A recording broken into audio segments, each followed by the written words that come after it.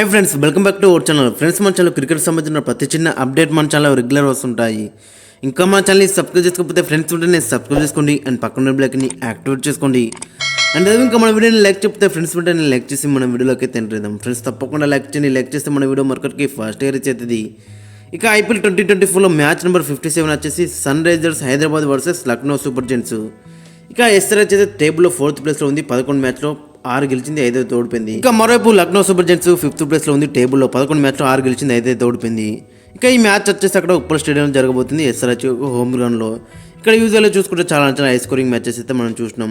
ఇక ఎస్ఆర్హెచ్ ఇక్కడ చూసుకుంటే 55 మ్యాచ్లో 33 గెలిచింది, 21 ఓడిపోయింది. ఒక మ్యాచ్ టై అయింది. 15 మ్యాచ్లు ఫస్ట్ బ్యాటింగ్ వేసి గెలిచింది, 18 మ్యాచ్లు సెకండ్ బ్యాటింగ్ వేసి గెలిచింది. ఇక ఎల్హెచ్జీ రికార్డు చూసుకుంటే ఇక్కడ ఒక్క మ్యాచ్ ఆడింది, ఒక్క మ్యాచ్లో గెలిచింది. కాబట్టి ఎల్హెచ్కి అయితే కొంచెం మంచి రికార్డు ఉంది. ఇక హెడ్ చూసుకుంటే మనం మొత్తం 3 మ్యాచ్లు అక్కడ 3-3 అక్కడ లక్నో సూపర్ జెయింట్స్ గెలిచింది. ఈ మ్యాచ్ అయితే రెండు టీంలు కూడా చాలా ఇంపార్టెంట్ మ్యాచ్ అని చెప్పుకోవచ్చు. రెండు టీంలు కూడా మన అక్కడ సేమ్ పొజిషన్లో ఉన్నాయి. 11 మ్యాచ్లో 6 గెలిచిళ్ళు, 5 ఓడిపోయారు. కొంచెం నెట్ రన్ రేట్ అక్కడ ఎస్ఆర్హెచ్కి బెటర్ ఉంది కాబట్టి వాళ్ళైతే 4th ప్లేస్లో ఉన్నారు. ఈ మ్యాచ్లో ఎవరు గెలిస్తే వాళ్ళకి ఎక్కువ ఛాన్సెస్ ఉంటాయి ప్లే ఆఫ్స్కి వెళ్ళడానికి. ఇక టీమ్ విషయానికి అయితే మనం ఫస్ట్ ఎల్హెచ్జీ టీం చూసుకుంటే మరి ఎల్హెచ్జీ టీం అయితే లాస్ట్ మ్యాచ్ ఓడిపోయి వస్తున్నారు చాలా పెద్ద మార్జిన్తోని. ముఖ్యంగా వాళ్ళ బౌలింగ్లో మాత్రం చాలా అక్కడ ప్రాబ్లమ్స్ అయితే ఉన్నాయి. మరి చూడాలి మరి ఈ మ్యాచ్కి అవన్నీ ఏ విధంగా రెక్టిఫై చేసుకుని వచ్చేది. ఇక ఈ మ్యాచ్ కాంబినేషన్ ఒకసారి మనం చూసుకుంటే KL Rahul and Quinton de Kock అయితే బరిలోకి దీని ఉన్నాడు ఓపెనింగ్లో. కేఎల్ రాహుల్ చూస్తున్నాం మనం అక్కడ కన్సిస్టెంట్గా రాణిస్తున్నాం అని కొంచెం స్ట్రైక్ రేట్ అయితే లాస్ట్ మ్యాచ్లో ఘోరంగా ఉంది. 119 మాత్రం ఉంది. 25 కొట్టిండు అక్కడ 21 బాల్స్లో. మరి చూడాలి మరి దాన్ని ఏ విధంగా రెక్టిఫై చేసుకున్నాడు అనేది. ఇక మరోవైపు క్వింటన్ డికాక్ అయితే గత 3-4 మ్యాచ్లు అయితే ఆడలేడు, బెంచ్కే పరిమితం చేసిళ్ళు. మరి ఇంజూర్ కారణంగా లేదంటే డ్రాప్ చేసిలో తెలియదు కానీ మరి ఈ మ్యాచ్ ఖచ్చితంగా ఆడే అవకాశం ఉంటుంది. హర్షన్ కుల్కర్ని ట్రై చేసిన అని అతనైతే పెద్ద క్లిక్ అయితే కాలేదు. 2 మ్యాచ్లో కూడా ఖచ్చితంగా క్వింటన్ డికాక్ని అయితే తీసుకొచ్చే అవకాశం ఖచ్చితంగా కనిపిస్తుంది. ఇక నెంబర్ 3లో మార్కస్ స్టోయినిస్ కూడా కన్సిస్టెంట్గా రాణిస్తున్నాడు, మంచి స్ట్రైక్ రేట్తోని. లాస్ట్ మ్యాచ్ కూడా మంచిగా రాణించిండు. 36 కొట్టిండు, 21 బాల్లో 4 4లు 2 6లు. ఇక బౌలింగ్లో కూడా మంచిగా రాణిస్తున్నాడు డీసెంట్గానే. ఇక నెంబర్ 4లో దీపక్ హుడా అక్కడ ఒక మ్యాచ్లో మంచిగా రాణిస్తున్నాడు, ఒక మ్యాచ్లో టూ మచ్ డిసప్పాయింట్ చేస్తున్నాడు. లాస్ట్ మ్యాచ్లో కూడా టూ మచ్ డిసప్పాయింట్ చేసిండు. 5 కొట్టిండు, 3 బాల్లో ఒక 4 కొట్టిండు, వెంటనే వెనుదిరిగిండు పెవిలియన్కి అయితే. మరి చూడాలి మరి ఈ మ్యాచ్లో ఏ విధంగా రాణిస్తారనేది. ఇక నెంబర్ 5లో చూసుకుంటే నికోలస్ పురన్ ఐపీఎల్ ఫస్ట్ హాఫ్లో మంచిగా రాణించిండు. బట్ సెకండ్ హాఫ్ వచ్చేసరికి చాలా ఇబ్బంది పడుతున్నాడు. ఎందుకంటే అక్కడ పిచ్చెస్ అనేది స్లో ట్రాక్ అవుతున్నాయి కాబట్టి చాలా ఇబ్బంది పడుతున్నాడు. బట్ అలా అని తక్కువ అంచనా ఎత్తే మాత్రం చాలా డేంజరస్గా ఉంటుంది అక్కడ. ఇక నెంబర్ 6లో చూసుకుంటే ఆయుష్ బదోని కూడా లాస్ట్ మ్యాచ్లో కూడా 12 బాల్లో 15 కొట్టిండు, ఒక 6 కొట్టిండు, వెంటనే వెనుదిరిగిండు పెవిలియన్కి. ఒక్క మ్యాచ్ మినహాయిస్తే మరి అన్ని మ్యాచ్లు కూడా చాలా డిసప్పాయింట్ చేసిండు. కాబట్టి మరి ఇతనికైతే మరో ఛాన్స్ అయితే ఇచ్చే అవకాశం ఖచ్చితంగా కనిపిస్తుంది. ఇక నెంబర్ 7లో చూసుకుంటే అక్కడ మరి కృణాల్ పాండ్యా కూడా ఈ సీజన్లో అంత మంచిగా అయితే రాణించింది లేదు ఇంతవరకు కూడా. ఏదో ఒక మ్యాచ్లో మంచిగా రాణించిండు అక్కడ స్పిన్ ట్రాక్ మీద. బట్ అన్ని మ్యాచ్లు కూడా టూ మచ్ డిసప్పాయింట్ చేస్తున్నట్టు బ్యాట్తో కానీ బాల్తో కానీ. ఇక నెంబర్ 8లో కృష్ణప్ప గౌతమ్ని ఖచ్చితంగా ఈ మ్యాచ్లో ఆడించే అవకాశం కనిపిస్తుంది. ఆస్టన్ టర్నర్ ప్లేస్లో ఇతను వస్తాడు అండ్ హర్షన్ కుల్కర్ని ప్లేస్లో క్వింటన్ డికాక్ అయితే వచ్చే అవకాశం ఉంది. కాబట్టి అక్కడ ఓపెనర్స్ ఇద్దరు లెఫ్ట్ హ్యాండర్స్ కాబట్టి ఎస్ఆర్హెచ్కి ఖచ్చితంగా ఇతనైతే అక్కడ ప్లేయింగ్ లెవెల్లో అయితే ఆడిస్తారు. ఇక నెంబర్ 9లో రవి బిష్ణోయ్ కూడా ఈ సీజన్ అనేది చాలా డిజాస్టర్ సీజన్ అని చెప్పుకోవచ్చు. ఎందుకంటే అంత ఇంపాక్ట్ అయితే చేయలేడు ఈ సీజన్లో. మరి చూడాలి మరి ఈ మ్యాచ్ ఏ విధంగా ఇంపాక్ట్ క్రియేట్ చేస్తారనేది. ఇక నెంబర్ 10లో చూసుకుంటే నవీన్ ఉల్లాక్ కూడా లాస్ట్ మ్యాచ్లో టూ మచ్ రన్స్ అయితే లీక్ చేసిండు. బట్ 3 వికెట్స్ తీసుకున్నాడు అక్కడ క్రూషల్. బట్ 49 రన్స్ అయితే లీక్ చేసిండు. కాబట్టి మరి ఈ మ్యాచ్లో దాన్ని ఏ విధంగా రెక్టిఫై చేసుకుని వస్తున్నాడు అనేది మనకి ఇంట్రెస్టింగ్గా కనబడుతుంది. ఇక నెంబర్ 11లో చూసుకుంటే అక్కడ ఎస్ ఠాకూర్ కూడా మరి లాస్ట్ మ్యాచ్లో 2 మినిట్ రన్స్ అయితే లీక్ చేసిండు. ఒక క్రూషల్ వికెట్ తీసినప్పుడు కూడా మరి అక్కడ రన్స్ అయితే లీక్ చేస్తున్నాడు. ఒక మ్యాచ్లో మంచిగా చేస్తున్నాడు, ఒక మ్యాచ్లో 2 మినిట్ రన్స్ అయితే లీక్ చేస్తున్నాడు. ఇక వీళ్ళకి ఇంపాక్ట్ పేరుగా యుజ్వేంద్ర సింగ్ చారాక్ అయితే బరిలోకి దిగే అవకాశం ఉంటుంది.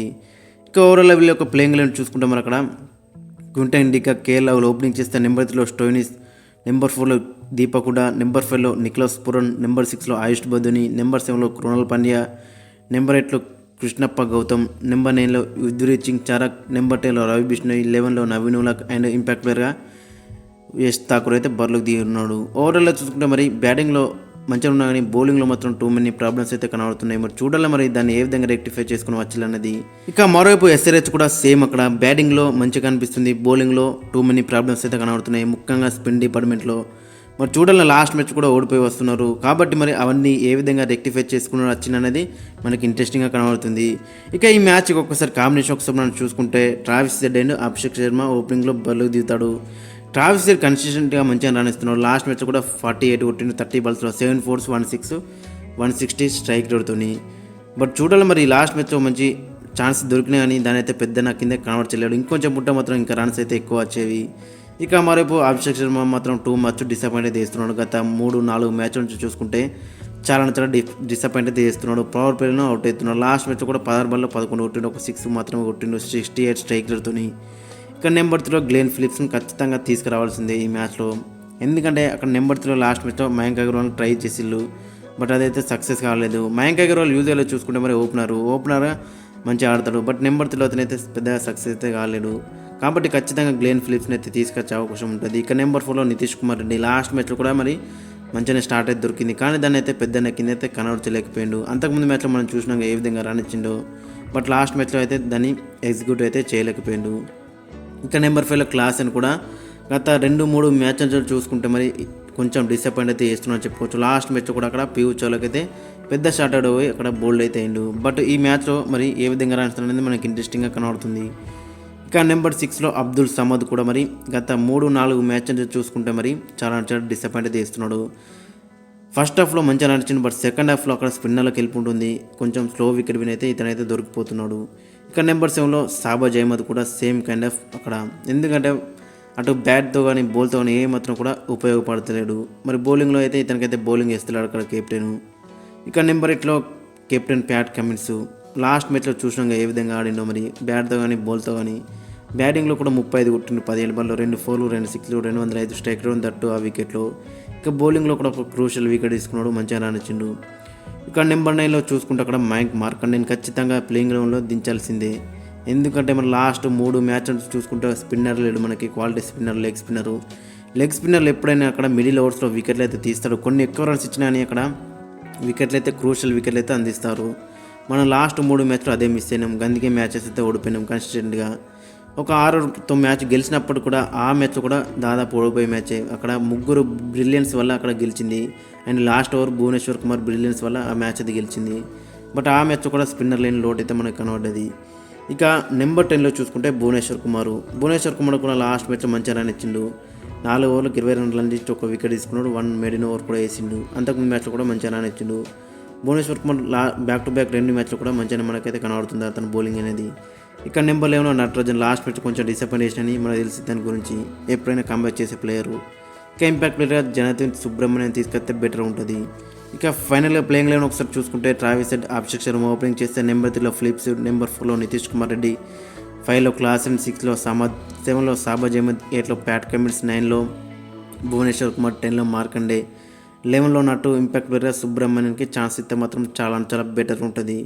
ఎందుకంటే ఇప్పుడు సెకండ్ హాఫ్ కాబట్టి కొంచెం వికెట్స్ అనేది కొంచెం అక్కడ స్లో డౌన్ అయితే కాబట్టి మరి అక్కడ స్పిన్నర్ అనేది క్రూషియల్ రోల్ ప్లే చేసే అవకాశం ఉంటుంది. మరి హైదరాబాద్లో కొంచెం అక్కడ వర్షం కొడుతుంది కాబట్టి మరి అక్కడ మళ్ళీ అక్కడ మనకైతే స్పిన్నర్ లేని లోటు అయితే కనబడనుంది. బట్ ఒక క్వాలిటీ లెగ్ స్పిన్నర్ టీంలో ఉంటే మాత్రం చాలా బెటర్ ఉంటుంది. ప్లేయింగ్ లెవెన్లో ఖచ్చితంగా మయాంక్ మార్కండేకి అయితే ఛాన్స్ ఇచ్చే అవకాశం ఉంది. ఇక ఓవర్లో చూసుకుంటే మరి అంత బాగున్నా అని బౌలింగ్ అయితే సెట్ చేసుకుంటే మాత్రం ఖచ్చితంగా ఈ మ్యాచ్ అనేది గెలిచే అవకాశం ఉంటుంది. ఫ్రెండ్స్, మరి మీ యొక్క ఒపీనియన్ కింద కామెంట్స్ అయితే మెన్షన్ చేయండి. మరి ఏ టీం గెలుస్తుంది అండ్ మీ యొక్క ప్లేయింగ్ లెవెన్ కూడా కింద కామెంట్స్ అయితే మెన్షన్ చేయండి.